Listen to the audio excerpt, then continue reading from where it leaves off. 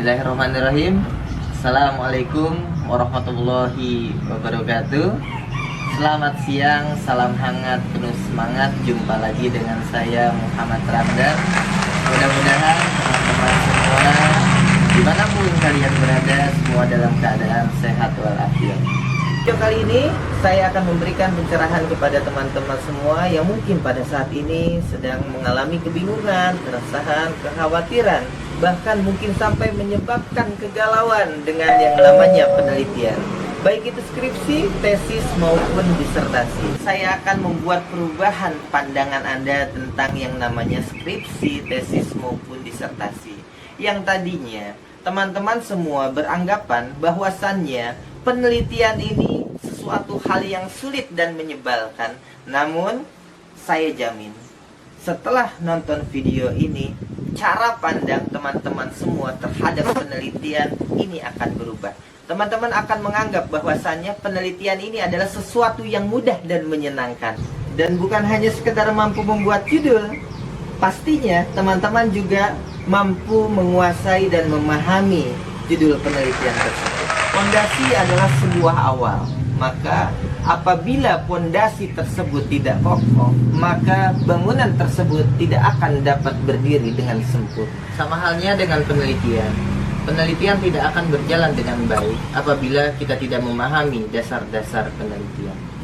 Penelitian itu tidak sulit. Yang menjadikannya rumit adalah karena faktor ketidaktahuan. Sama halnya dengan cinta.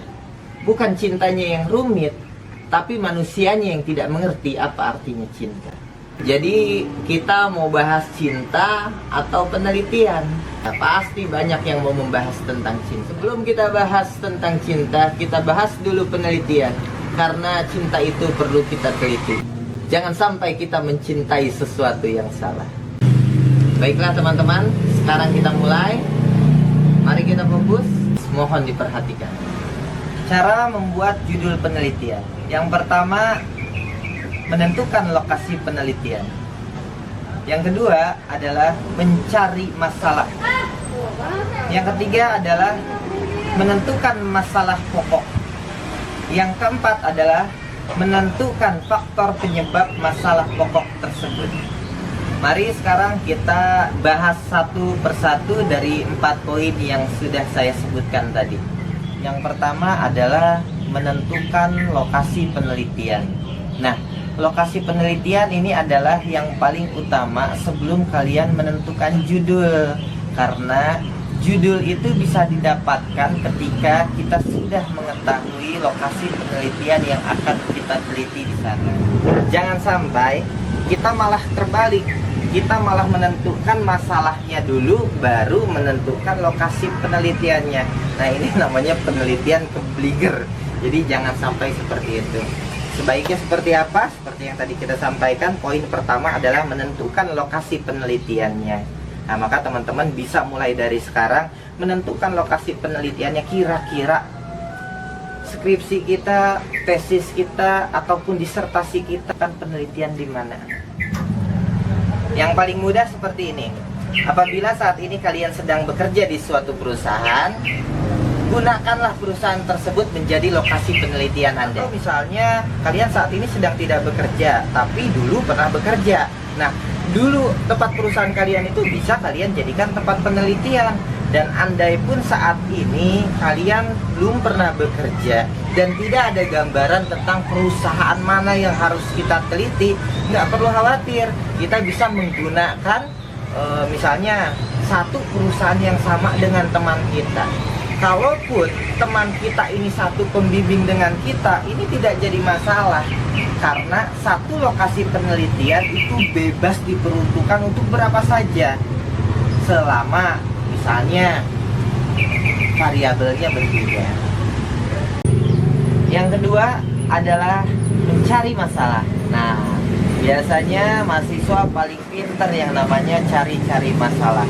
Pastinya dalam proses pencarian masalah ini tidaklah begitu menyulitkan buat teman-teman semua. Setiap perusahaan pasti banyak masalah. Di mana ada manusia, di situ banyak masalah. No problem, no research. Tidak ada masalah, maka tidak ada yang namanya penelitian. Kita harus mencari masalah terlebih dahulu. Bagaimana caranya kita mencari masalah? Proses mencari masalah itu biasa kita sebut dengan nama identifikasi masalah. Jadi kita menyebutkan masalah-masalah apa saja yang terjadi di perusahaan yang kita teliti. Saya akan memberikan contoh cara mencari masalah. Capek guys, duduk dulu ya. Nah, jadi cara mencari masalah itu yang paling mudah adalah dengan kita menuliskan atau menyebutkan masalah apa saja yang terjadi di PT yang kita akan teliti. Misalnya di PT ABC tersebut permasalahannya itu yang pertama, kinerja karyawan belum optimal. Maka kita tulis di situ kinerja karyawan belum optimal. Selanjutnya masalahnya adalah motivasi karyawannya rendah. Maka kita tulis motivasi kerja karyawan rendah. Kita cari lagi permasalahannya sampai kita menemukan banyak masalah. Misalnya kompensasinya tidak sesuai harapan, maka kita tulis kompensasi tidak sesuai harapan. Apalagi banyak pasti masalah. Pelatihan, nah pelatihan jarang dilakukan. Apalagi kompetensi, nah kompetensi karyawannya rendah. Apalagi kalian tuliskan semua masalah yang ada di perusahaan tersebut. Itu adalah proses pencarian masalah. Tadi kita sudah mengidentifikasikan seluruh masalah yang terjadi di PT ABC. Lalu sekarang tugas kita yang ketiga adalah mencari masalah pokok, masalah utamanya. Tadi kita sebutkan ada kinerja karyawan belum optimal, ada motivasi karyawannya rendah, ada kompensasi yang diberikan tidak sesuai, ada pelatihan yang jarang dilakukan. Nah, dari beberapa masalah-masalah tersebut, yang menjadi masalah utama itu yang mana? Ayo, silakan. Yang jadi masalah utama itu yang mana? Ingat loh, masalah utama itu adalah bukan masalah lo, tapi masalah organisasi yang akan menyebabkan keberlangsungan organisasi. Silakan dipilih mau yang mana. Kira-kira. Baiklah, sekarang saya berikan contoh. Masalah utama adalah kinerja karyawan belum optimal. Nah, setelah kita menentukan kinerja karyawan belum optimal sebagai masalah pokok atau masalah utama, maka kinerja karyawan kita taruh di sebelah sini. Nah, masalah pokok utama kita beri lambang Y. Nah, lambang Y ini artinya adalah variabel dependent, yang artinya variabel terikat. Variabel terikat adalah variabel yang dipengaruhi. Nah, setelah itu baru kita masuk ke yang empat adalah menentukan faktor penyebab masalah pokok.